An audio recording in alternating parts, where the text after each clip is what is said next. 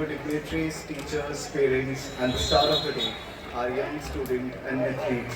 A very good afternoon. Thank you for having me. To be honest, it feels surreal to stand here and speak. Long ago, I would stand there as a student and often listen to the chief guest with a sense of excitement, eagerness to take a mental note of their wisdom.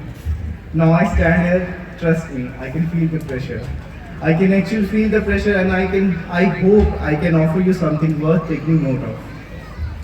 I'm also aware of the fact that long speeches bore, and it bores you even more when you are being held from playing sports. As for myself, I'm not a sports person. I never won a medal, never have a trophy in my life. There's nothing to be proud of.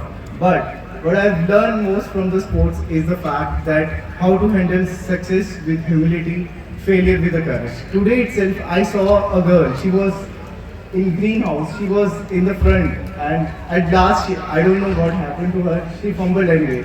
But the more important part is that she participated. I really want everyone to clap for her the way she completed the race. As you ages and the age group like you, we talk a lot about the things.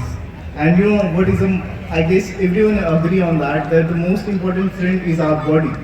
You take care of it, it will take care of you in each and every circumstances.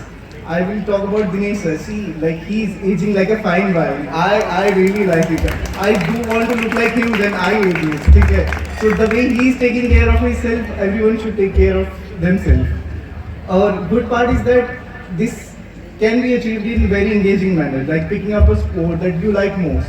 It's if you, as you age, your body tells that the good physique is not something that you are gifted with. You really need to toil for that. You really need to work hard for that. And emphasis here has to be you have to do this because with as you ages, your body tells that this is not free. You have to earn this.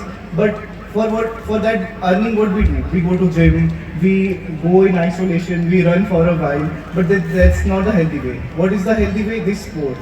The event like these will make you fit, and it fills me with immense pleasure, happiness to see you all so excited for this day.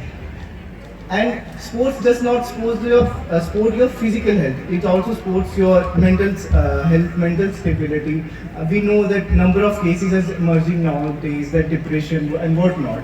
But everyone knows that when we run, when we do exercise, there is a dopamine rush, and what good hormones, happy hormones are rushed in the body.